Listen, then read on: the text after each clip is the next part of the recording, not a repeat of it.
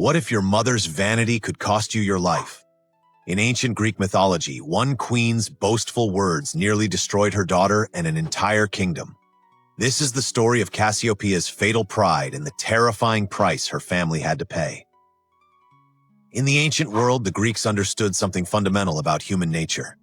Pride, they believed, was the most dangerous of all human flaws. They called it hubris, and they knew it could bring down even the mightiest rulers.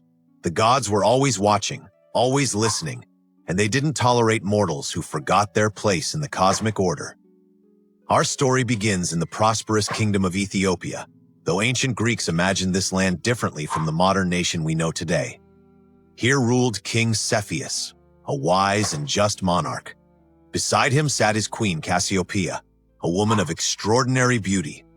But Cassiopeia possessed something even more remarkable than her lovely face. She had a daughter named Andromeda, whose beauty was so breathtaking that people traveled from distant lands just to glimpse her. Andromeda was everything a princess should be. She was kind, graceful, and modest. Her beauty wasn't just physical, it radiated from within, making everyone who met her feel blessed by her presence. But while Andromeda remained humble, her mother, Cassiopeia, let pride consume her heart.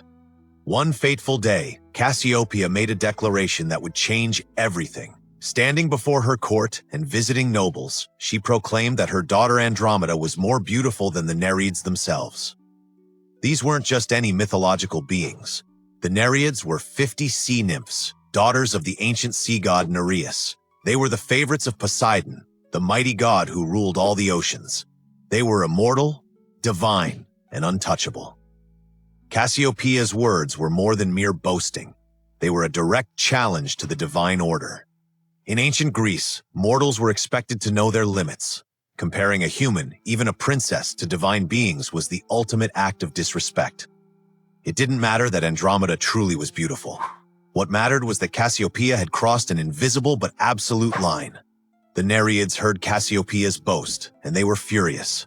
These sea nymphs, who spent their days dancing in ocean waves and attending Poseidon's underwater palace, felt deeply insulted. They went straight to their patron, the great god Poseidon himself, and demanded justice. They wanted Cassiopeia to understand that mortals couldn't insult immortals without consequences. Poseidon listened to their complaints, and his anger grew. The god of the seas was known for his terrible temper.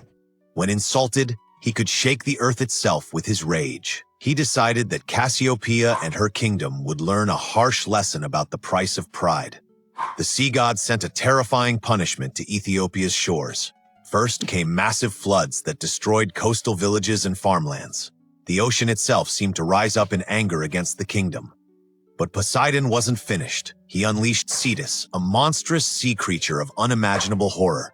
This wasn't just a large fish or whale. Cetus was a demon of the deep, part dragon, part serpent with jaws that could swallow ships whole. The monster ravaged Ethiopia's coastline day after day. It destroyed fishing boats, devoured sailors, and terrorized coastal towns. The kingdom's economy collapsed. People starved as fishing became impossible. Fear gripped every heart. King Cepheus tried everything to stop the creature, but weapons were useless against this divine punishment. Desperate, Cepheus consulted the oracle of Ammon, a prophet who could communicate with the gods. The oracle's message was devastating. There was only one way to appease Poseidon's wrath and save the kingdom. Andromeda, the innocent princess, had to be sacrificed to the sea monster. She had to be chained to the coastal rocks and left for Cetus to devour. Imagine the horror of that moment. Andromeda had done nothing wrong. She'd never boasted about her beauty. She'd remained humble and kind throughout her life. Yet she would pay the ultimate price for her mother's vanity. This is one of mythology's cruelest ironies. The sins of parents often fall upon their children. With broken hearts, Cepheus and Cassiopeia had no choice. The needs of the kingdom outweighed one life, even their beloved daughters. They led Andromeda to the rocky shore and chained her to the cliffs. She stood there in her white robes, alone and terrified, waiting for death to rise from the waves. Her parents watched from a distance, unable to help, consumed by guilt and grief. But fate had other plans. At this darkest moment, a hero appeared in the sky. Perseus, son of Zeus himself, was flying home after his successful quest to kill Medusa, the snake-haired Gorgon. He wore the winged sandals of Hermes and carried Medusa's severed head in a magical bag. As he soared over the ocean, he spotted Andromeda chained to the rocks below. Perseus descended immediately. He saw her beauty, yes, but he also saw her courage and dignity in the face of death. He fell in love instantly. When Andromeda explained her situation, Perseus made a bold offer to her parents, who had rushed to meet him. He would save Andromeda and kill the sea monster, but only if he could marry her afterward. Cepheus and Cassiopeia agreed without hesitation. What choice did they have? Perseus prepared for battle as Cetus emerged from the depths. The monster was even more terrifying than the description suggested. Its scales were like armor, its teeth like swords, its roar like thunder itself. The battle was fierce and legendary. Perseus used every advantage he possessed. He flew above the creature using his winged sandals, striking from angles the monster couldn't defend.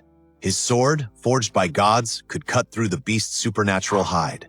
The fight raged across the waves and rocks, shaking the very foundations of the cliffs.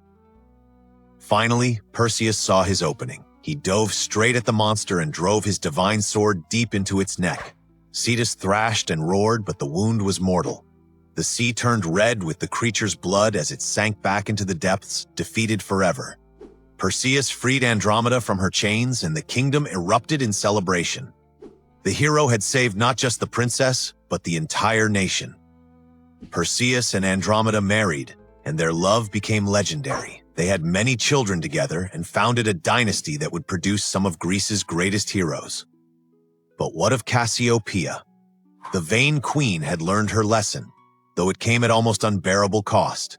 She'd nearly lost her daughter forever because she couldn't control her pride. The gods, however, weren't quite finished with her story. When Cassiopeia eventually died, the gods placed her in the night sky as a constellation.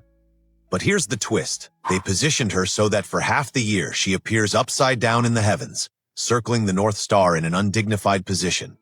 It's an eternal reminder of her punishment, a cosmic lesson about the dangers of vanity. This myth resonates across millennia because it speaks to timeless truths. Pride can destroy not just ourselves, but those we love most. Our words have power and consequences. Parents' actions inevitably affect their children, and sometimes redemption comes from unexpected places. The story influenced countless works of art, from ancient Greek pottery to Renaissance paintings to modern films. Every time we look up and see Cassiopeia's constellation, we remember this ancient warning about the price of hubris and the importance of humility before forces greater than ourselves. For more powerful myths and legends, please like, comment, and subscribe to Mythic Narratives Hub.